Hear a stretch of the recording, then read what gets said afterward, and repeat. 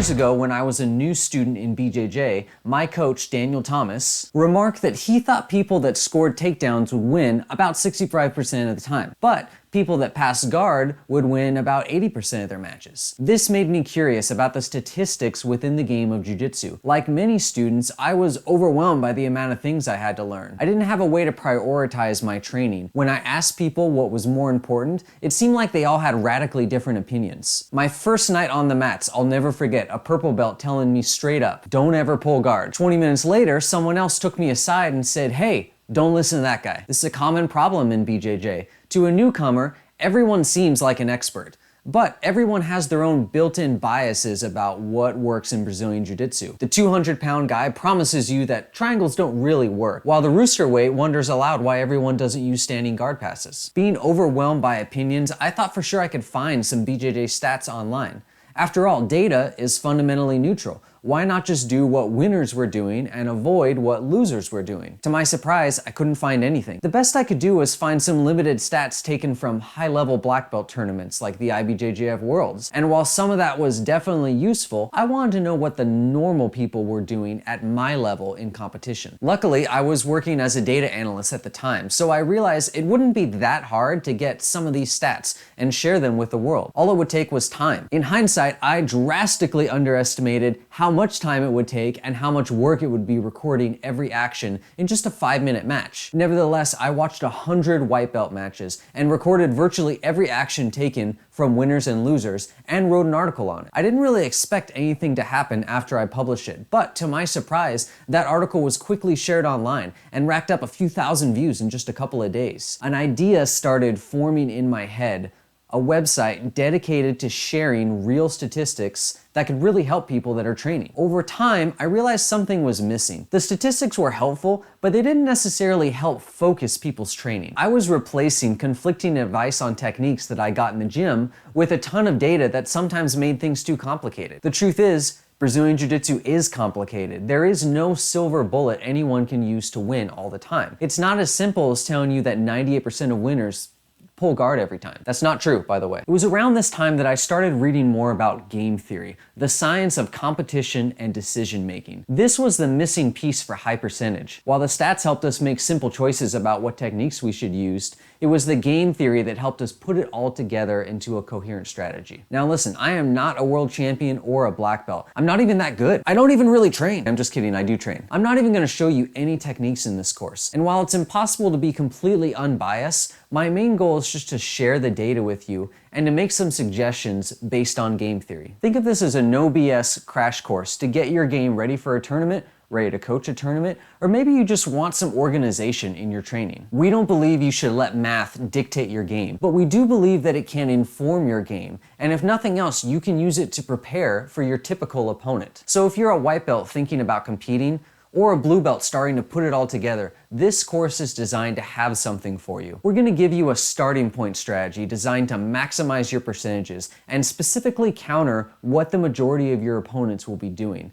After that, you can and should keep crafting your own personalized game. We're gonna get started in the next video by introducing game theory and how it's already being used at high levels of BJJ. So I thought a good place to start is to talk about game theory. Game theory is such a big field that depending on who you ask, you'll never get the same definition twice. So the way I'll frame it is that it's the science of competition. This science spans everything from mathematical models, social psychology, and even philosophy. Game theory emerged as a science in the 1900s, and it was originally used by mathematicians with too much time on their hands. They used math to figure out how to beat simple games, kind of like modern children's games such as tic-tac-toe or Connect 4. Then they moved on to more complex games like chess. Games like chess have been around for thousands of years because they're actually too complex to get beaten. Eventually, game theorists were able to tackle games that more involved human decision making, and when this happened, math alone wasn't enough. So, game theory began to attract psychologists and even social psychologists. Because the definition of a game is so broad, before you knew it, people were using game theory to explain economics, evolution, and of course, sports. This is when game theory went from interesting to profitable. People started using science to beat games where money was at stake, or even human lives in some cases. In the 1960s, card counting was developed for blackjack, which made a lot of people very rich, and it still does today. In the early 2000s, a professional baseball manager named Billy Beane used statistics to scout ball players, and took the worst team in baseball to the playoffs 2 years in a row. Professional poker players used to use player psychology to consistently win games, but with the rise of online poker, that became basically impossible. So they started using strictly probabilities to treat poker more like a pure math game. And in some ways, Brazilian Jiu-Jitsu itself is a game theory solution to fighting. A small group of players, most people consider them to be the Gracies, found what game theorists call the dominant strategy, which meant taking a fight down to the ground and controlling and submitting your opponent. It was dominant because it had a bigger payout than any of the other strategies for fighting at the time. We know the strategy of Brazilian Jiu-Jitsu was dominant because for many years the Gracies consistently defeated other players that had different strategies like striking. Eventually, other players adopted the grappling approach. In fact, grappling was so dominant that the UFC literally changed the rules of mixed martial arts to allow for other strategies to emerge. But what about the modern sport of Brazilian Jiu-Jitsu? People have been using game theory for decades in tournament BJJ, even if they didn't know it or they didn't quite call it that. Usually this comes in the form of new positions or attacks that have a bigger payoff than other positions and other attacks. In the late 2000s, competitors like Dean Lister began to use complex leg attack positions, which quickly caught the attention of other competitors and led to them becoming a staple of BJJ systems everywhere. The gap in BJJ's game theory is that we've never been able to collect much data to know what competitors are doing on a mass scale. We've instead just have to rely on what is considered common knowledge. But there's problems with this. One problem is there's a lack of objectivity. In BJJ, it can be difficult to separate fact from opinion. So that leads to the question, how can we use game theory in BJJ? Well, at High Percentage, we like to think of Brazilian Jiu-Jitsu as really two distinct games. The first game is what actually unfolds in a match. The game theory here is about making optimal decisions that will bring you closer to winning. And this might sound like a no-brainer, but you'd be surprised how often we make poor decisions under pressure. For example, how many times have you seen someone that was barely up on points in a match, and then they attempt a really risky submission, lose position, and go on to lose? This often comes from the fact that we train under a very different mentality than we actually compete. The second game in Brazilian Jiu-Jitsu is our day-to-day training. This is where we choose the techniques and the strategies that we want to add to our game. This game is very different. It's about maximizing the limited time that we have to train by focusing on high percentage techniques and strategies. In this course, we're going to tackle both games, and we're going to start in the next video by taking a deep dive into the game of Brazilian Jiu-Jitsu, how it really works, and how you actually win in this game. I'll see you then. So you might be thinking, I already know how Jiu-Jitsu works, and I'm sure you do. You know the basic positions, submissions, and you probably know how all the points are scored. But it is still important, to me at least, that we take the time to lay out what the actual objective of Jiu-Jitsu is, because believe it or not, there is a lot of disagreement on this. Think about this. If you ask a sports fan what the basic objective of soccer is, virtually everyone is going to say the same thing: score more points than your opponents. But do me a favor, ask some of the senior students at your gym tonight what the objective of Jiu-Jitsu is, and watch how wildly different the answers are going to be. Some will say the goal is to submit the other person. Others will say the goal is just not to be submitted, not to get tapped out. Others might treat it like it's a philosophy question and give you kind of vague answers about how, you win or you learn or something like that. This highlights a challenge in Jiu-Jitsu, which is that we don't all treat it as a game. Many people practice Jiu-Jitsu as a self-defense art or a self-improvement, and that's great. Those are all parts of Jiu-Jitsu. But it does create a problem when we decide that we want to go from training every night on the mat to getting into competition Jiu-Jitsu or the tournament game. The basic goals of self-defense Jiu-Jitsu are not the same. And in fact, the basic goals that you have every night when you're rolling around and sparring would also maybe not be the same as in a tournament. So let's start by really understanding what makes competitive Jiu-Jitsu different from your every night training. 1, tournament Jiu-Jitsu rewards offense. If you are a new student or if you practice self-defense regularly, you've probably had a very defense-heavy focus in your training. You've learned escapes, guard recovery, how to fight out of bad positions. You're probably on the defense a lot because you're typically against better, more skilled, more experienced opponents. If you're talking about a typical point-style match, players are only awarded points and advantages for attacking. If you beautifully defend a submission or recover guard, guess what? You are not awarded points for those things. It's takedowns, advancing your position, and almost pulling off submissions. Those are the things that will score you points. And in fact, if you are in a position to be offensive and you do not do offensive moves, you can actually be penalized in many formats. Now, I am not saying that defense doesn't matter. Let me repeat that. I am not saying that defense doesn't matter. All I'm saying is that it's difficult to build a winning strategy around defense when you get into the tournament game, like you could in a self-defense situation. Now you may be wondering, well, what if there are no points in the competition I'm doing? Then could I be defensive? And the answer is not really. If you think about the positions where the most submissions are available, and certainly the high percentage submissions, they're almost all gonna be offensive positions, like the side mount, the mount,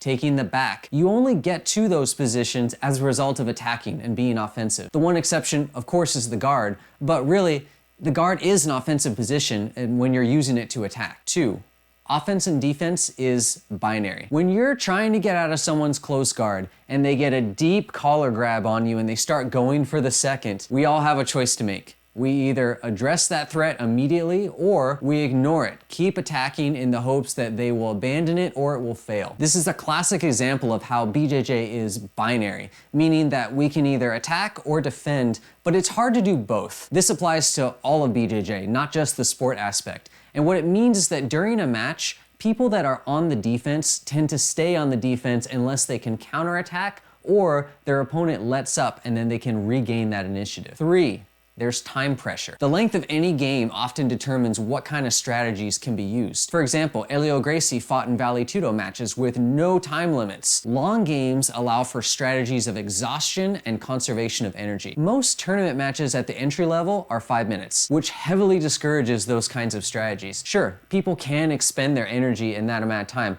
trust me. But you still need time after your opponent expends their energy to win the match. Essentially, you don't have incentive to conserve energy in most BJJ tournament formats. In fact, many people adopt a strategy of front-loading their energy expenditure because they know that if they can get a lead early, they can hang on and run out the clock while they're recovering. And actually, that's kind of a smart strategy. One of the reasons that we called this course Beginner's Game Theory was because eventually everyone in Brazilian Jiu-Jitsu will develop their own style. You'll find positions and approaches that work for you, even if they don't work for most people. And that's what's great. BJJ isn't a one-size-fits-all martial art. That's why it's interesting. But until you do develop your own style, here's a data-driven approach that I want to share with you. You'll notice that it's a triangle.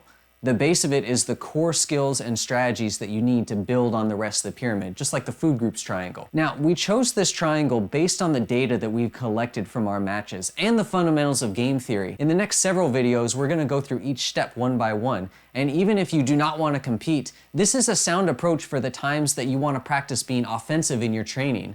And that's where we're gonna start, with offense. So in the last video, we talked about the high percentage triangle. If I didn't call it that before, that's what I'm calling it now. And how we're gonna use it as a framework in this course to understand BJJ game theory. And I wanna reiterate some things about it. So at high percentage, we break down everyone's BJJ journey into 2 phases, specialized and pre-specialized. Eventually, everyone becomes a specialist, having certain positions and strategies that they favor. When that happens, your triangle may not look like this, but until that happens, we're gonna take a utilitarian approach. One of the advantages we try to leverage at high percentage is the data of what is working for the greatest number of competitors. And while you could make an argument that maybe you should not be doing what everyone else is doing, the fact is that the triangle that we're showing you is really just designed to get you on the winning side first, and then later we can handle the specialization stuff. Really, a high-level competitor will look at this and think that a lot of it's obvious. The one thing that many would disagree with is the second layer, the top preference, because sooner or later, people become just as dangerous from the bottom. But we'll get to that later. Right now, we're talking about the first layer of the triangle, offensive output. Let me share a story from the book Becoming the Black Belt by Roy Dean, in which he talks about being a blue belt on a serious losing streak. He said, I was sick of losing. It really bothered me. Every match I had undertaken in BJJ had been a loss. Every one. And this was a guy who trained diligently. It was just messing with my self-image, and nobody likes that.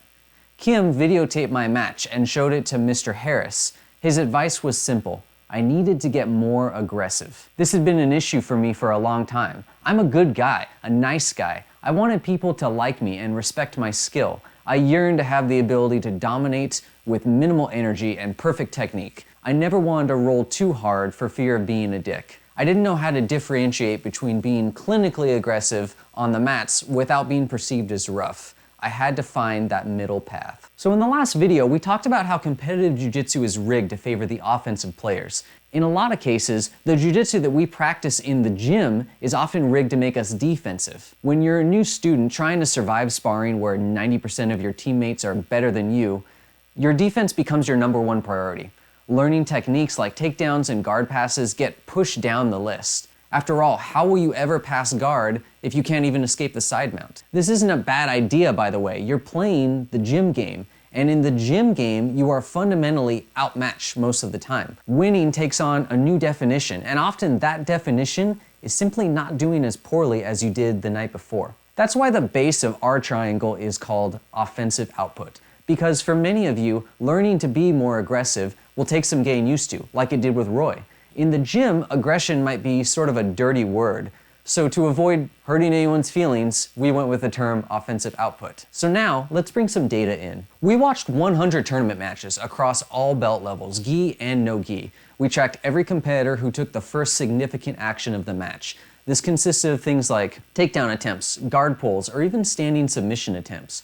What we found was that competitors who took the first action won 57% of their matches. In gi matches, this was as high as 61% of their matches. But it gets better if you're a white or a blue belt, where winners made the first move 75 and 65% of the time respectively. In fact, being first was so powerful at the white and blue belt level that it hardly mattered what the first action was. Even when the first action was a failed takedown, it still made that competitor more likely to win. This trend goes beyond just the first action too. There is a major gap in activity between winners and losers. We tracked virtually every action in white belt matches, from sweeps to takedowns to failed submissions and failed takedowns. What we found is that winners were 127% more active than losers. Now that sounds obvious at first because it sounds like I'm saying winners score more points, but the activity we tracked included bad activity, such as failed takedowns and failed submissions. On average, winners had more of these as well. So let's translate this into our big takeaways. An offensive mindset means that you're constantly moving forward, constantly putting your opponent in dilemmas, and not in a crazy meathead way. You're taking the initiative and keeping it. Remember our fundamental rules of BJJ. Offense and defense is binary. When you're on the attack, your opponent has to divert their attention to defense. This is why the first moves are so important, because for a brief moment at the start of any match, the initiative is up for grabs, and you want to be the person to take it. If you find that you're programmed to be defensive in the gym, here's some easy steps you can take to change your mindset. 1, at the beginning of every roll, make the first move. Pull someone into your guard, stand up, or move towards them. Make being first a habit. And if that's successful, always ask yourself, what's next? What's next? Second, get in the habit of front-loading your energy. This means instead of trying to conserve your energy, plan to expend a decent amount of it in that first exchange, in the hopes of winning it and resulting in a dominant position. Your opponent is most dangerous in the beginning of a match, but each time you advance position, they become a little less dangerous. They will also expend more energy being defensive. The difference is that they'll be tired and on the bottom and down on points. The last important thing to mention is that you must have realistic expectations. Training partners that are significantly better than you in skill are not the best people to test your offensive output against. You need to find people close to your skill level. In this video, we're going to talk about the second layer of the high percentage triangle, which is top preference. Now, I really want to put some disclaimers on this because the last thing I want is for anyone to think that I'm anti-guard or anti-being on the bottom. Having a dynamic guard is mandatory in Jiu-Jitsu. Some of the greatest practitioners of our era fight and win from their guards. So if you're a player who prefers the guard, remember that I am not asking you to buy this, but why don't you just try it on? The philosophy of top preference can be explained as this. If you have an option, you will choose to get on top and stay on top. That means that from standing, you prefer a takedown. From the guard, you prefer sweeps. And from bottom positions like the side mount, you prefer getting back to your feet. And I'm going to give you some powerful reasons why. 1, most matches are one-on points. At the white belt level, only about 1 in 3 matches were decided by a submission. At the blue belt level, it was a little bit more than half. So if your goal is to submit people from the bottom,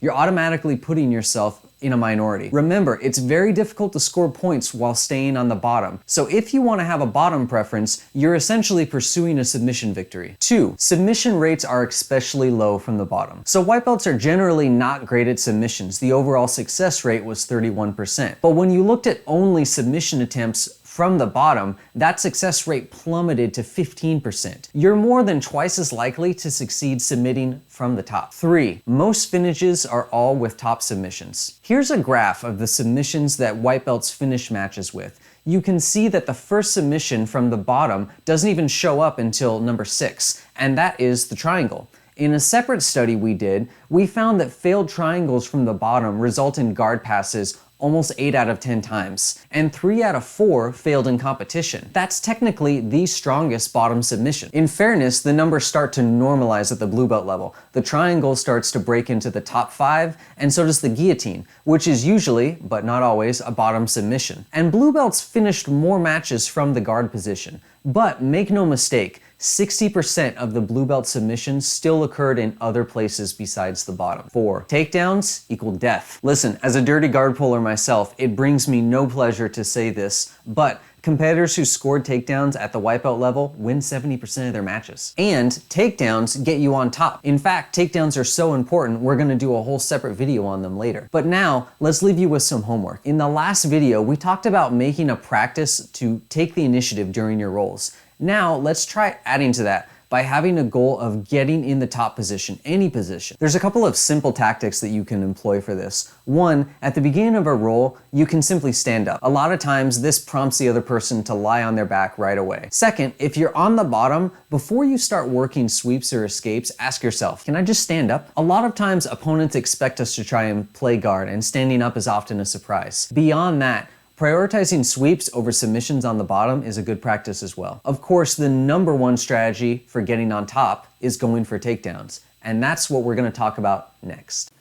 So, sprinkled throughout this course, I decided to include some what I call case studies, and what these are is supercuts of videos that sort of illustrate points that I was making in the course. And the first one that we're watching now is sort of a supercut of failed submissions from the bottom. So I covered in the course that submission rates specifically from the bottom are far below average. They're only 16%. And that's basically across all percentage submissions. The highest percentage submission is the triangle from the bottom, but it's really not high percentage at all. And when the triangle from the bottom fails, it very often results in a guard pass. So what you're going to see in this video is a lot of collar choke attempts, armbar attempts, triangle attempts from the bottom. Now, one thing I do want to say is that, of course, this is a little bit cherry-picked, so I don't want anyone to think of this as evidence of what I've said in some of the other videos. This is just an illustration of what I've said. The evidence is the hard data. Of course, we can all find videos where submission attempts from the bottom are successful. I'm not denying that they are. I'm just saying that if you're going to play the numbers, which is what the high percentage theory is all about, it's more efficient and more high percentage to look for a sweep so that you can get on top where you'll have access to the highest percentage submissions. Will, you need to keep us chilling. Kevin, armbar right there, right in front of you. Go, hit it. Both hands on the wrist. Both hands on the wrist. Hands on the wrist, Kevin. Spin, Kevin, spin, spin, spin. Get your guard back. Move, turtle, turtle. Move your shoulders to the mat. Move your shoulders to the mat. Hang over. Arms out. Clear his head. Clear his leg. Stack him. Clear his leg. Stack him. Put your weight on him. They can feel it. Up. And leg.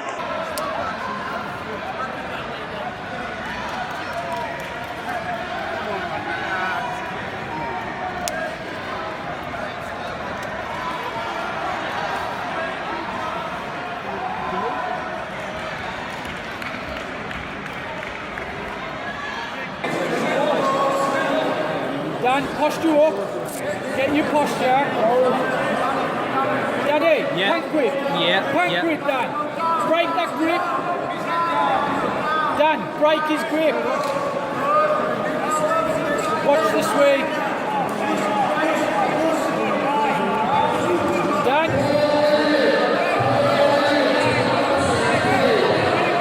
Dan, watch that arm.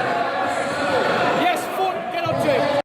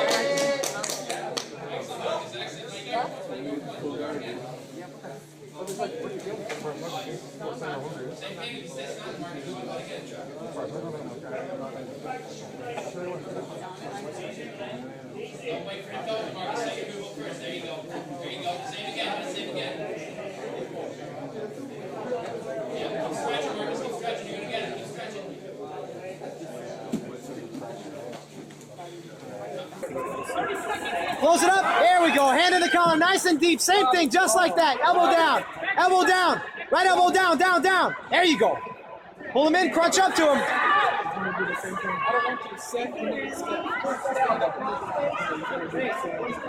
Wiggle your forearm. Wiggle your forearm. You want to get underneath the neck, bro.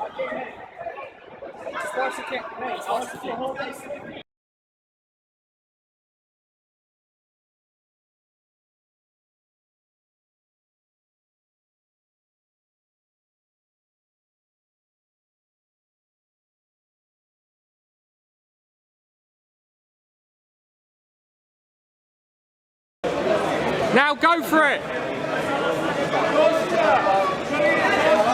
Go on, Dan, walk up, walk up. Walk up. Yeah. Go on, Dan. Go on, Dan. No, let go of that. Let go of that. Come on, you can do it. Come on, Dan. Yeah, that's You it. got Walk it. through for it now, Dan. Nice. There you go. Look it Yeah, up. go on, Hold his Dan. chin. Look it Go up. on, Dan. Look it up. Go on, Dan. Yes, Dan. Pull Go his on, head. Dan. Pull his head. Pull his head. Come on, Pull his Dan. head down. Control his head. If it's not tight enough, but grab your shin and readjust. Adjust. Grab your shin and readjust if it's not tight enough, Dan. Right. Push back for guard. Push back for guard. Up. For guard. Bridge.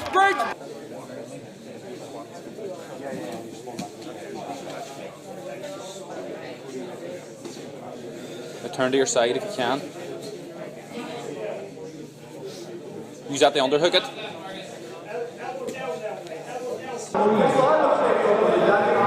Bravo, perna tora, perna. Perna tora.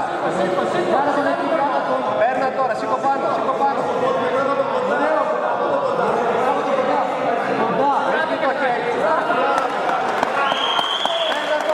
Leo, έτρεψε, αυτό είναι, πιες. Πίεσε κάτω. Περνά. Απ' την άλλη. Μην περάσει πάλι. Και πίσω, Λεό, πίσω. Πέσε πίσω, κάτισε πίσω. Χωρίς, κάτισε πίσω. Βγες, κάτισε πίσω. Κουράστηκε, πάμε. Άνοιξε το χέρι. Μπράβο, άνοιξε το χέρι. Ωραία. Κάτισε πίσω, Λεό. Πέσε, ρίξε το βάρος πίσω, ρε. Κάτισε. Σήκω, Λεό. Σήκω, κουράστηκε. Έτσι, δεν δώσε τα χέρια. Σήκω, Λεό, σήκω. Μπράβο, αυτό είναι, παίρνα. Αυτό είναι, κουράστηκε. Παίρνα τώρα.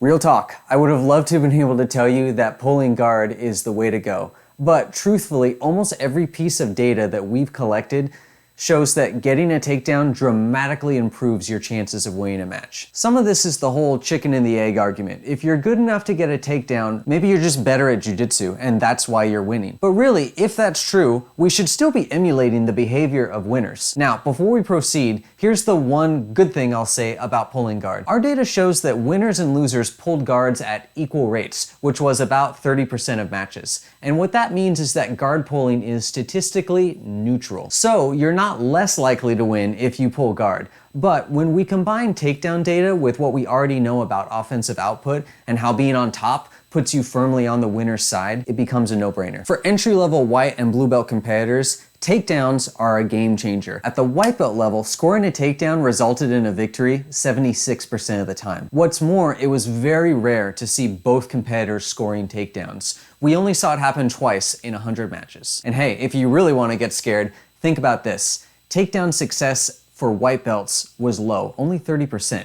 But for blue belts, it jumped up to 70%. This should scare you and give you a sense of urgency in the stand-up phase of a fight. Getting taken down makes it highly likely you will lose. And if your opponent attempts a takedown, they will probably succeed if they're a blue belt. You cannot wait for that to happen. So first, let's talk offense, and we have some good news. There are some takedowns that clearly work better than others. We watched all of the takedowns in 100 white belt matches and 150 blue belt matches. First off, let's talk about the low performers that you can scratch from your list. For white belts, takedowns were so low percentage overall that it's actually pretty simple. The worst performer, hands down, was the double leg takedown. Not a single competitor hit a double leg in the matches that we observed. And in fact, every other takedown had a success rate well below 50%, except for one: sacrifice throws.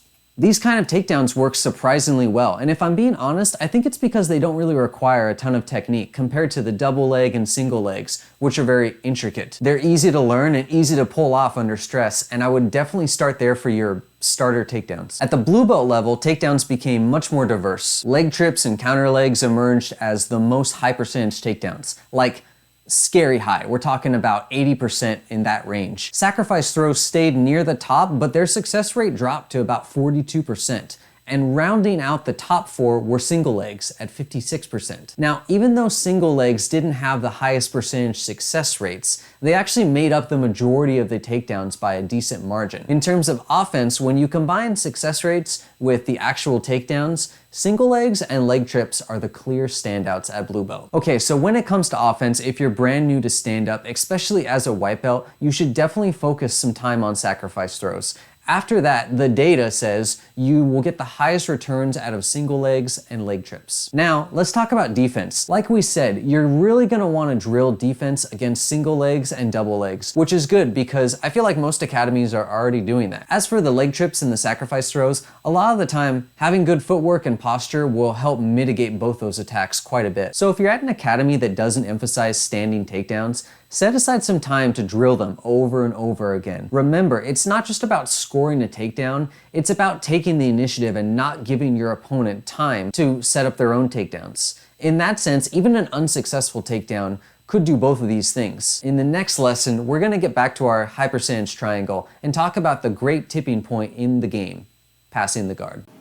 So this is a case study where we're looking at the effectiveness of sacrifice throws at the white and blue belt level. And this was surprising to me because I can only speak for myself, but having trained at a lot of different academies, I feel like the big emphasis for beginner level takedowns is usually kind of single, double legs, and maybe some leg trips. But sacrifice throws are the highest percentage submission standing for white belts. Now, I want to say a couple of caveats or disclaimers here. One, we have a lot of evidence that shows that this is effective in a gi. We do not have a lot of evidence that shows its effectiveness in no gi. And I did show 1 or 2 no gi clips in this, I believe, but just take it with a grain of salt. Just common sense tells you that sacrifice throws rely on having gi grips a lot of the time, so if you are not wearing a gi, you'd have to use the clinch, so don't necessarily take that to the bank. Second big disclaimer is that it's tremendously effective at the white belt level, but for blue belts, it did normalize quite a bit. It's still a high percentage submission. It's almost 50% for blue belts, but there are better options available at that level, mainly in single legs and leg trips.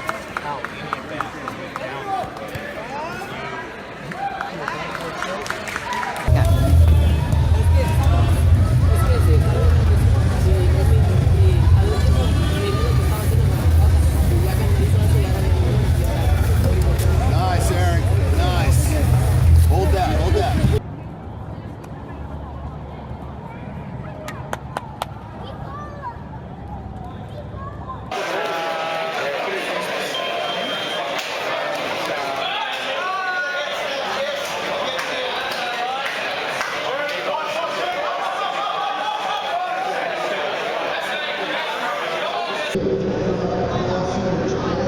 That's a tall guy, Russ. Change your levels on him. Yeah!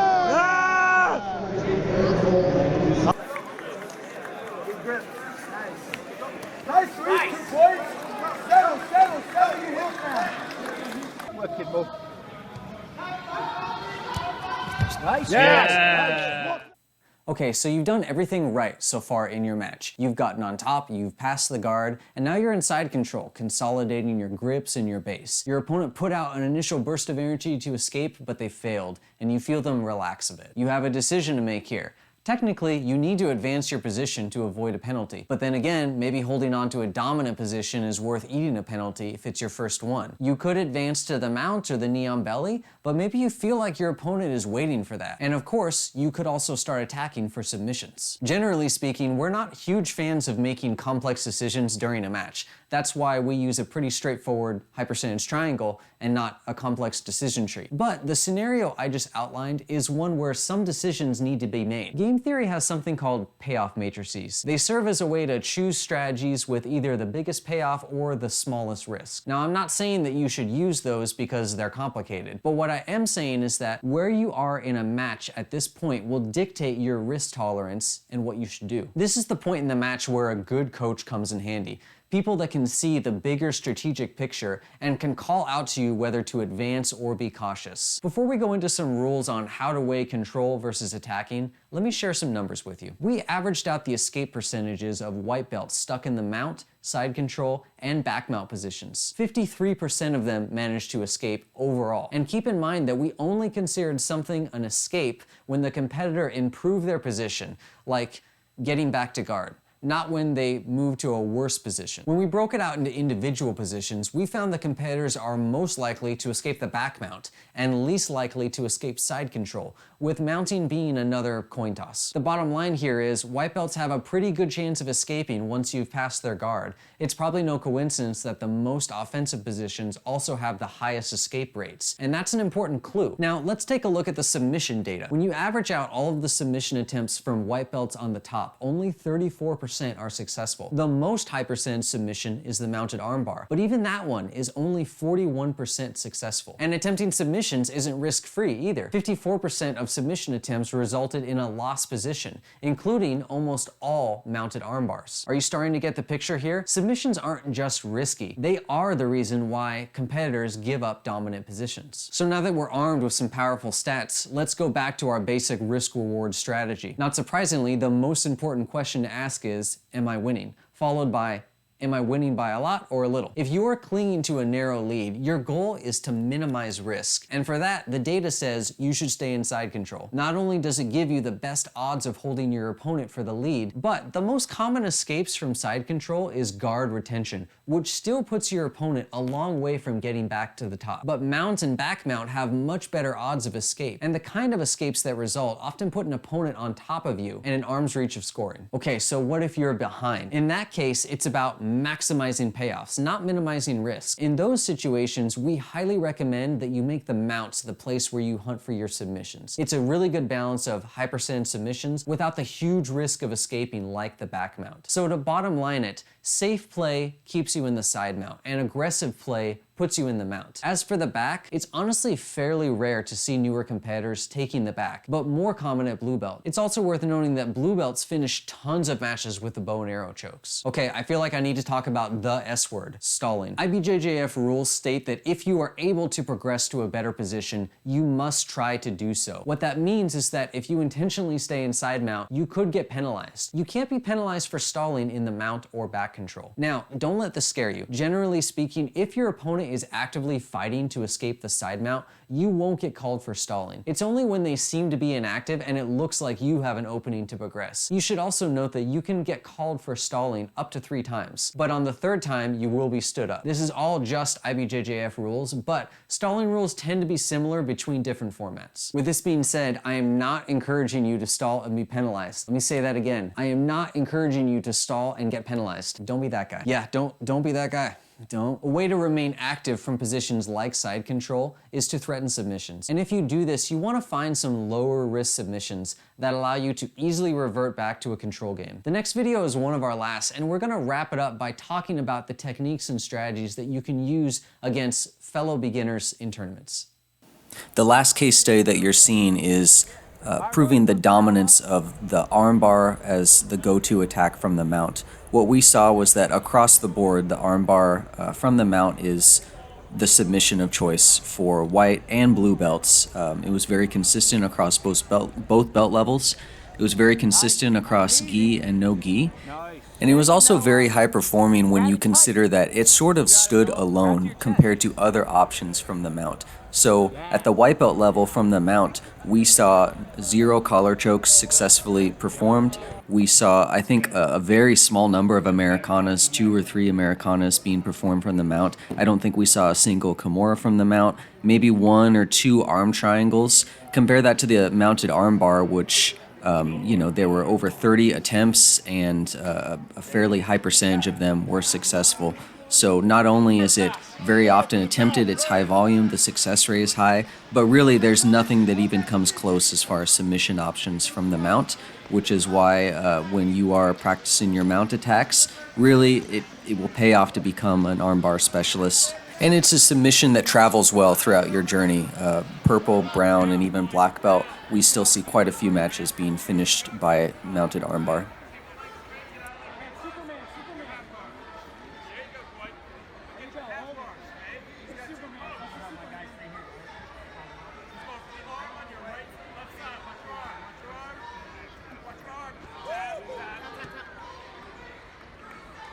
Nice.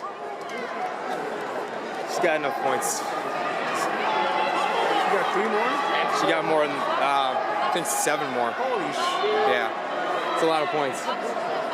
It's, Stay happy, Jen. She might get 20 points. She's going for 20. She has 20, sorry. She just needs to chill here. Just chill here. She's gonna come out back door, Jen. Get your right leg back. Right leg back, Jen. Right leg back. Here we go. She's looking for trouble.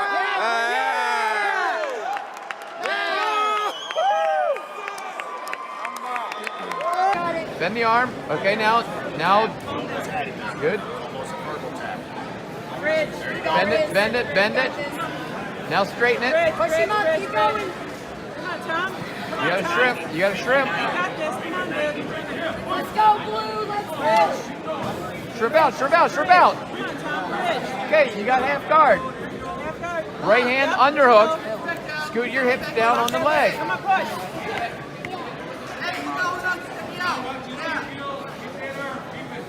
Right arm underhook, Tom. Got to get on your left side.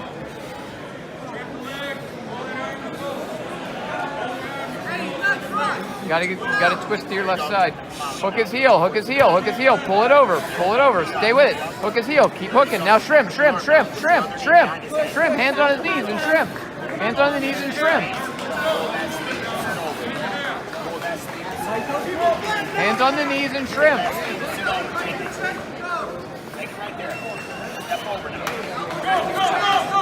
Turn down, turn in. Nice. Keep circling that hip. Get that angle.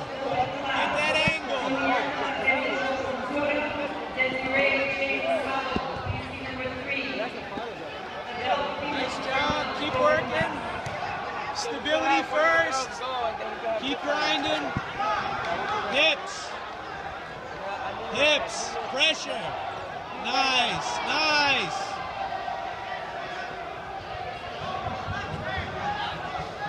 Nice head control. Lock. Pinch those heels to your butt. Heels to butt. Pressure against his face. Pressure against his face. Nice. Now start thinking about breaking that grip. Take your time. You got a minute and a half. Take your time. No need to rush. Nice job. Hips. Great. Nice job, brother. Left foot up, Bova. Come on, left foot up. Not gonna control him, man. Put your knee in his back. Put your knee in his back. Knee and back, Boba. Or put his hand on the floor and step on his arm. Oh no. Oh. Javier, ¿me vienes? Javier.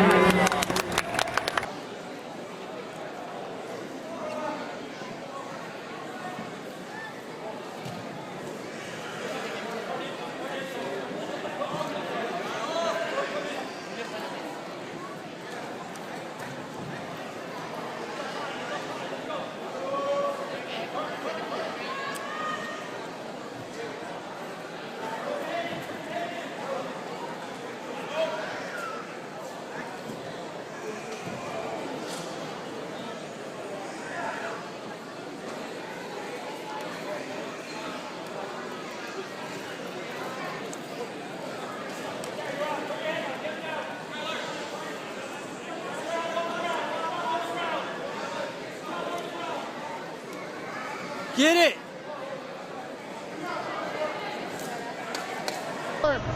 Check if he's crossing his collar. Collar.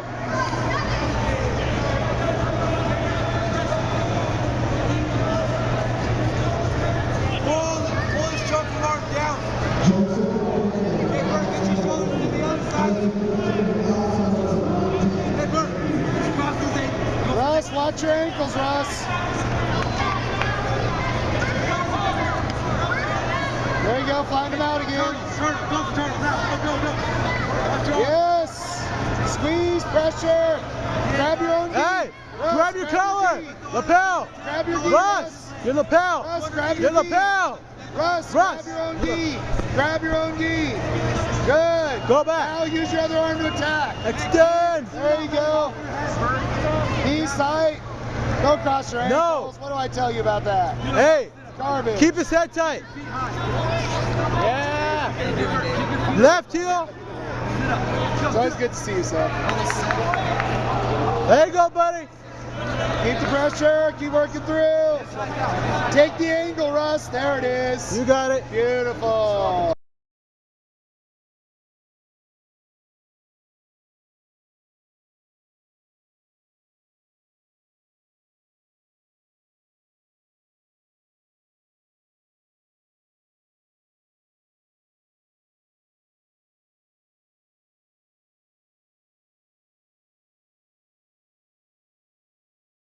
When I first started learning Brazilian Jiu-Jitsu, I learned just a single guard pass. In fact, I'll never forget my instructor asking the class, and this really happened: why would you ever want to pass guard? But the truth is, you don't just want to pass the guard, it's a fundamental goal in Jiu-Jitsu. High Percentage has a ton of data to back up this claim that guard passing goes a long way to locking up a victory. Competitors who pass guard won 65% of their matches. Other than takedowns, it was the leading indicator. And like takedowns, it was largely binary. Very rarely would two people pass each other's guard in the same match. But here's why we would argue that guard passing is even more important than takedowns. Takedowns are largely optional. Many matches play out without any takedowns when one player is able to dominate the other. But guard passing happens in about 70% of all matches. So while takedowns, sweeps, and submissions have a low chance of occurring in a match, guard passing emerges as the one thing that happens almost every single match. And only one person is probably gonna do it, so it should be you. In fact, getting past the guard is often the tipping point in a match. Think of it this way: when you're standing with your opponent or in their guard, you have largely the same offensive potential. You can both shoot for takedowns on the feet, and in your guard, your opponent has powerful tools to sweep or submit you. But As soon as you get past the guard, your opponent has to first recover the position. And if they're behind on points, which they probably are, they have a sense of urgency to do it. Sure, there are some outlier techniques that allow you to submit or radically reverse someone from these bad positions, but most opponents will be focused on getting back to the guard or standing up. In other words, they're in too much trouble to legitimately attack you. You, on the other hand, have more offensive potential than ever. You now have access to the positions where the most high percentage subs are available to you, and there's no rush for you to do them. You can progress slowly and cautiously, knowing that you have a lead. So here's a radical idea for you to consider. What if the definition of victory every night wasn't to submit people at all, but only to pass guard? Would you have the skills that you need to accomplish that? If not, you should devote more of your energy into acquiring these skills. When you have the option to practice and drill something, opt for passing techniques. Remember, every time you learn new submissions from the mount,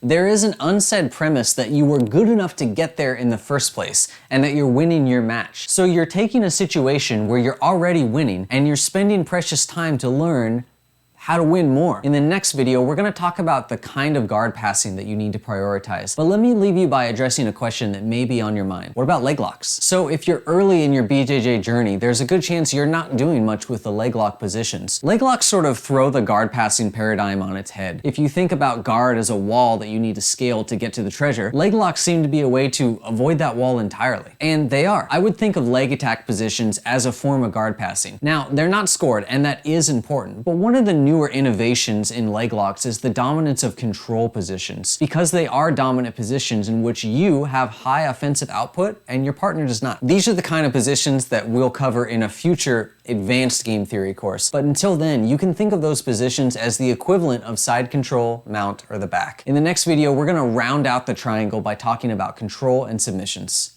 See you then. When you study certain games, you'll notice trends in the techniques and tactics that players use. Over time, these things may change. Game theory calls this concept the metagame. Imagine sparring with the same partner every night and learning that they love using the half guard passes.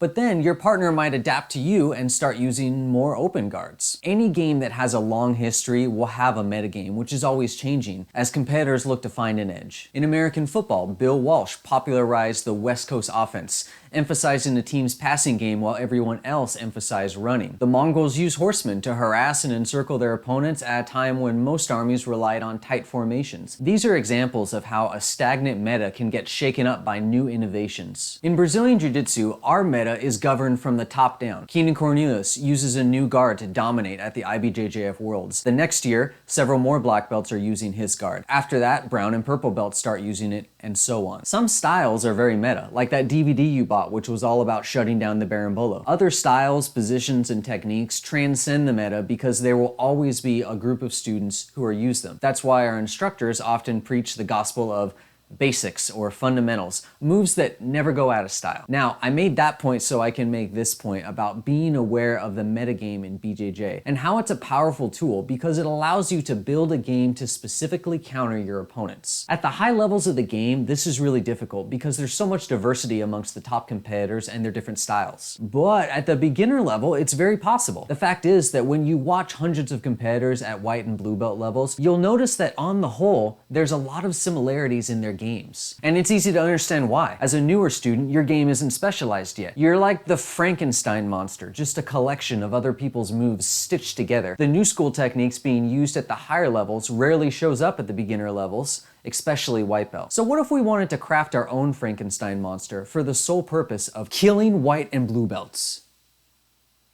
Metaphorically. Well, the first thing I would do, of course, is teach them the high percentage triangle. Be aggressive, go for the top, pass the guard, control, don't recklessly go for submissions. But in terms of planning for the beginner's meta, here's some thoughts. First of all, you're gonna wanna become a close guard, shutdown machine. When we recorded guards being used by white belts, virtually all of them utilize the close guard. The close guard is dangerous to you for a few reasons. Of course, you can be swept or submitted from it, but you can be swept or submitted from any guard. What really makes the close guard problematic is that you will eat up the clock trying to escape it. One of the reasons close guard is so beginner friendly is that it's easy to just trap a person in it. And if the person on the bottom doesn't actively try to attack, getting out of a close guard can be a long slog. But there is a weakness to the close guard. It's basically useless against a standing opponent. The close guard was created to fight off an aggressive striking opponent, not someone who carefully manages the distance. distance. So much of our early training is centered on close guard that when someone refuses to pass on their knees, we often don't have the tools to counter them yet. So that's what you should do. Get comfortable passing on your feet. You're playing the odds here. It's more likely your opponents will have way less tools in their open guard toolbox. Another thing we might give our Frankenstein monster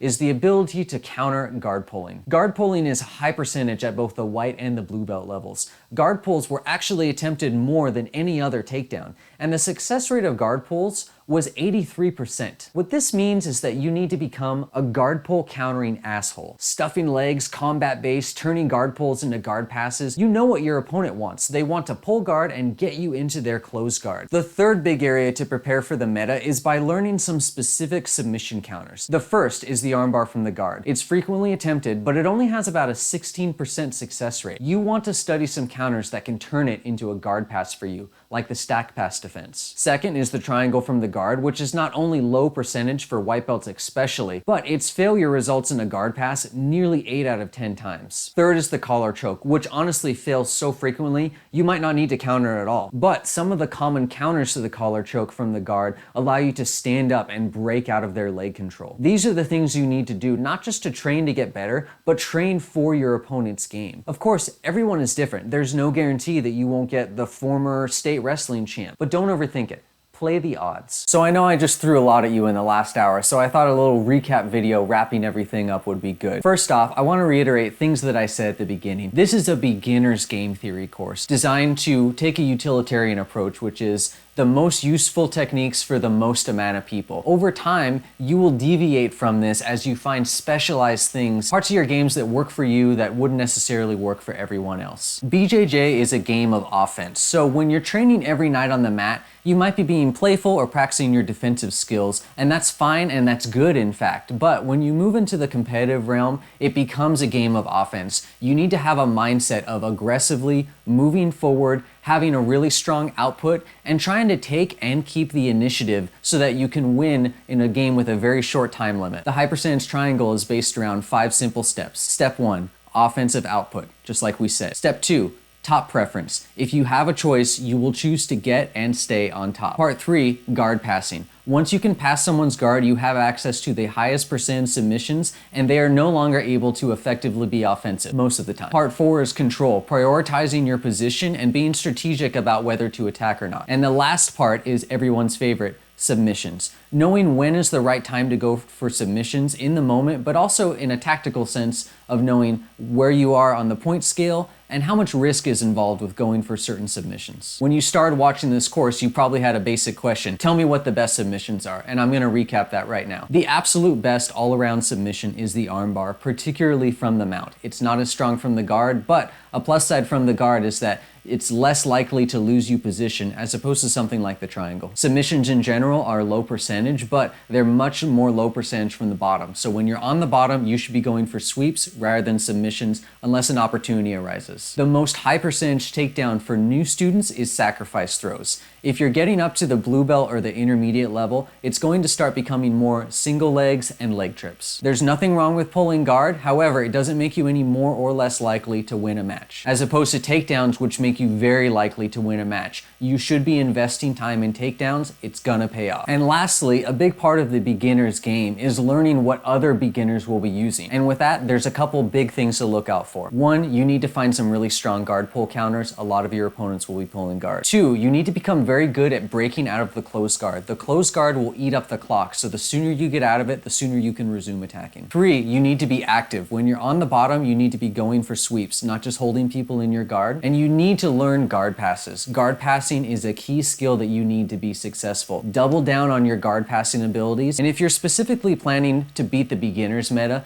think more about standing guard passes, which will be a really good counter for close guard, which most people are using at the white and blue belt level. High percentage is about the numbers, and remember, the tricky thing about numbers is that they're never gonna be 100%. There's always exceptions, and there's times where our strategy won't seem like it's serving you the best way. But remember, this isn't designed to have you win a single match, but to perform better over 100 or 1,000 matches. That's when those narrow edges will start to pile up. I want you to be a killer using numbers, science, and data, and hopefully that's what this course has helped you do. Now let's get out there and crush it with numbers.